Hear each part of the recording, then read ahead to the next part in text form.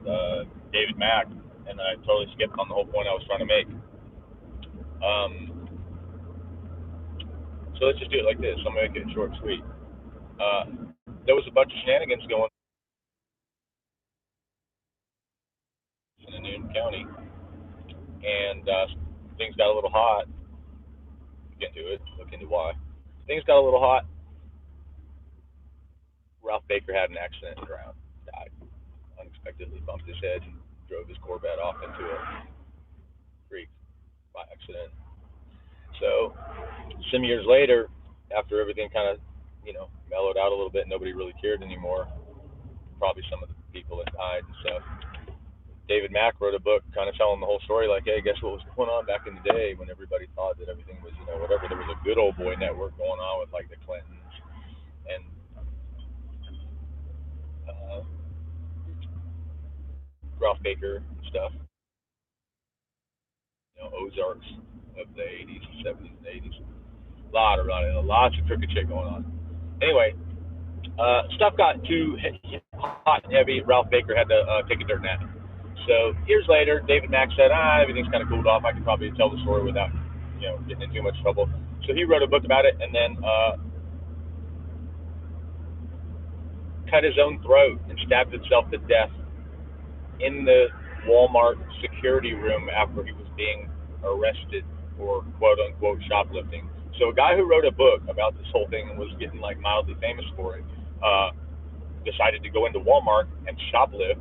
And then when he got caught by the Walmart security, he cut his own throat and stabbed himself to death in the back room. Right. Okay, well, incidentally, I started making a video about this. I was going to make a documentary, and I am making a documentary. I've got all the videos still.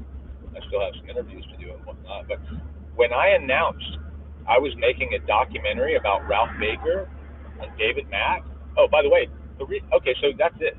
David Mack actually wrote When Money Grows on Trees, got kind of famous for it, had some success or whatever, and I think they actually kind of got away with it. I think that was the point.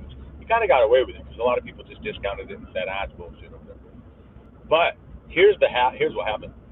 He started writing the follow-up called The Rest of the Story, Storey.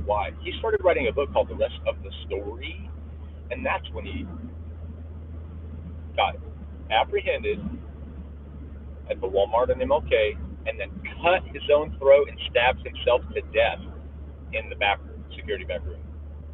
Okay, so I announced that I was going to make a documentary about this whole scenario, all the way back to the Clintons and Ralph Baker and everybody out there.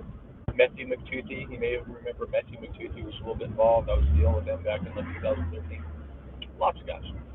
Anyway, so I started making the documentary, and right as I announced that I was going to make this documentary called The Rest of the Story, I got arrested in front of the federal building and got shut up for 94 days.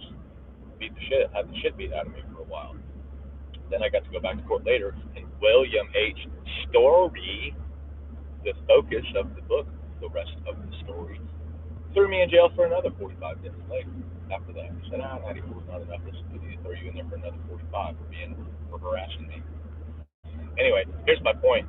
When I got arrested in front of the federal building and thrown directly into the Washington County Jail, you know who's just up and died the next day? Tom Coughlin.